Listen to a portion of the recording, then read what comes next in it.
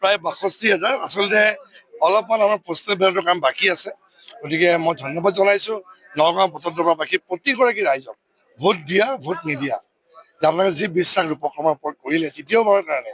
নিশ্চয় মোৰ দায়িত্ব বাঢ়িলে আৰু বহু কৰিবলগীয়া আছে নগাঁও ভোটৰদবা সমষ্টিত যোৱা সময়ছোৱাত প্ৰতিটো দিন প্ৰতিটো মুহূৰ্ত ৰাইজৰ কাৰণে যেতিয়া কাম কৰি গৈছিলো এটা দিনো জিৰণি নোলোৱাকৈ আৰু তাৰ ফল ইতিমধ্যে পাইছো আৰু মই আশা কৰিছো যে এই ধৰণৰ যি মৰম আৰু আশীৰ্বাদ মই কেতিয়াও পাহৰিব নোৱাৰো মই ধন্যবাদ জনাইছো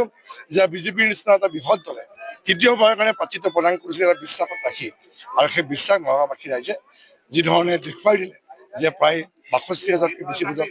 ইতিমধ্যে আমাৰ জয়লাভ কৰোৱাই যদিও ইতিমধ্যে ফলাফল যিটো অফিচিয়েলি বাকী আছে তথাপি ইতিমধ্যে আমাৰ আপোনাৰ গণনা শেষ হৈছে গতিকে মই ধন্যবাদ জনাইছো কেন্দ্ৰীয় নেতৃত্ব অসমৰ মাননীয় মুখ্যমন্ত্ৰী ডক্টৰ হিমন্ত বিশ্ব শৰ্মা ডাঙৰীয়া ৰাজ্যিক সভাপতি দিলীপ শইকীয়া ডাঙৰীয়াকে প্ৰত্যেকগৰাকী আমি নেতৃস্থানীয় ব্যক্তি আৰু আটাইতকৈ মোৰ সেৱাৰ থলী নগাঁও ভোটৰদবাসী ৰাইজ আপোনালোকে মোক যথেষ্ট মৰম দিছে আশীৰ্বাদ দিছে আপোনালোকৰ এই মৰম আশীৰ্বাদ মই কেতিয়াও মই অথলে যাবলৈ নিদিওঁ যি বিশ্বাস মোৰ ওপৰত ৰাখিছে মই অটুট ৰাখিম আৰু কৰিবলগীয়া আছে যাতে প্ৰত্যেকে যাতে নগাঁওখন লৈ পেলাই গৌৰৱ কৰিব পাৰে আমাৰ নগাঁও আমাৰ গৌৰৱ নগাঁও ভোটৰবাসীয়ে যথেষ্ট ভোট ৬২,০০০ ভোটত আপোনাক ইতিমধ্যে জয়ী কৰাইছে গতিকে তেওঁলোকক উদ্দেশ্যি আপুনি কি ক'ব বিচাৰে মই প্ৰথমতে নগাঁও ভোটৰদবাসী মোৰ সেৱাৰ থলী ৰাইজক সকলোকে মই ধন্যবাদ জনাইছো সেৱা জনাইছো আপোনালোকে যি ধৰণে মোক মৰম আশীৰ্বাদ দিছে মই কেতিয়াও পাহৰিব নোৱাৰো যি বিশ্বাস আপোনালোকে মোৰ ওপৰত ৰাখিছে মই সেইখনে মই পালন কৰিম যি ধৰণে যোৱা সময়ছোৱাত প্ৰতিটো দিন প্ৰতিটো মুহূৰ্ত ৰাইজৰ মাজত আছিলো আৰু আগন্তুক সময়তো আপোনালোকৰ মাজত থাকি মই কাম কৰি যাম আৰু তাৰে চাগে এটা ফল পাইছো কাৰণ মই এটা দিনো কেতিয়াও জিৰণি নলওঁ প্ৰতিটো মুহূৰ্ত ৰাইজৰ লগত থাকো ৰাইজৰ কাৰণে কাম কৰো কেতিয়াবা যদি ৰাতি শুওঁতেও কেৱল এটাই চিন্তা কৰো যে আৰু কি কৰিব পাৰি নগাঁওখন আৰু কেনেকৈ আগবঢ়াই নিব পাৰি আৰু সেই ধৰণে নগাঁওখন আগবঢ়াই নিছো নগাঁওখন যাতে সকলোৱে যাতে গৌৰৱ কৰিব পাৰে আমাৰ নগাঁও আমাৰ গৌৰৱ তাৰ ফলস্বৰূপে প্ৰতিটো মুহূৰ্ত জানে আপোনালোকে প্ৰথমবাৰ নিৰ্বাচন খেলাৰ পৰা তৃতীয়বাৰ সদায় উন্নয়নে আমাৰ লক্ষ্য প্ৰগতি আমাৰ পথ আৰু উন্নয়নৰ যি ধাৰা এই ধাৰা আমাৰ অটুট থাকিব আগবঢ়াই নিম আৰু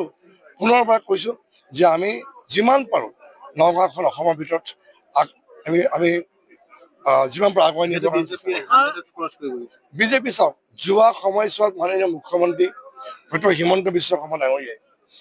তেওঁৰ নেতৃত্বত ৫টা বছৰত যিমানখিনি কাম কৰিলে উন্নয়নমূলক কামেই হওক আঁচনিৰ পৰা আৰম্ভ কৰি প্ৰতিটো মুহূৰ্তত যিমানখিনি কষ্ট কৰিলে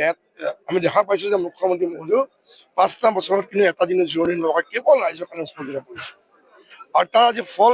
অসমত দেখা পাইছো এটা অভূতপূৰ্ব সঁহাৰি আৰু মই ভাবো ৰাইজে যিধৰণে আমাক আশীৰ্বাদ দিছে সেই আশীৰ্বাদ সদায় অটুট থাকিব বিজেপি চৰকাৰ NDA চৰকাৰ হ'ল আৰু অসমখন আমি আগুৱাই নিব যাতে ভাৰতবৰ্ষৰ ভিতৰত প্ৰথম ৩খন ৰাজ্যৰ ভিতৰত অসমক আমি প্ৰতিষ্ঠা কৰিব পাৰোঁ নগাঁৱৰ ভোটৰদবাৰ কাৰণে আৰু নতুন কেনেধৰণৰ মই আটাইতকৈ সুখী মই এইকাৰণে যে গুৰুজনাৰ জন্মস্থান ভোটৰদবাৰ নিচিনা এটা স্থান আমাৰ সমষ্টিত অন্তৰ্ভুক্ত হৈছে ইতিমধ্যে বহু কাম আমাৰ যোৱা চৰকাৰখিনি কৰি থৈ গৈছে আৰু আগন্তুক সময়ত আৰু কাম কৰিবলগীয়া আছে এতিয়াই ভাৰতবৰ্ষৰ ভিতৰত এটা বৃহৎ ধৰ্মীয় পৰ্যটনস্থলীলৈ পৰিৱৰ্তিত হৈছে আৰু আমি আৰু আগবঢ়াই নিব বিচাৰিছো যাতে আৰু যাতে আমি কাম কৰিব পাৰো ভাৰতবৰ্ষৰ ভিতৰত যাতে নগাঁও সদায় যাতে জিলিকি থাকে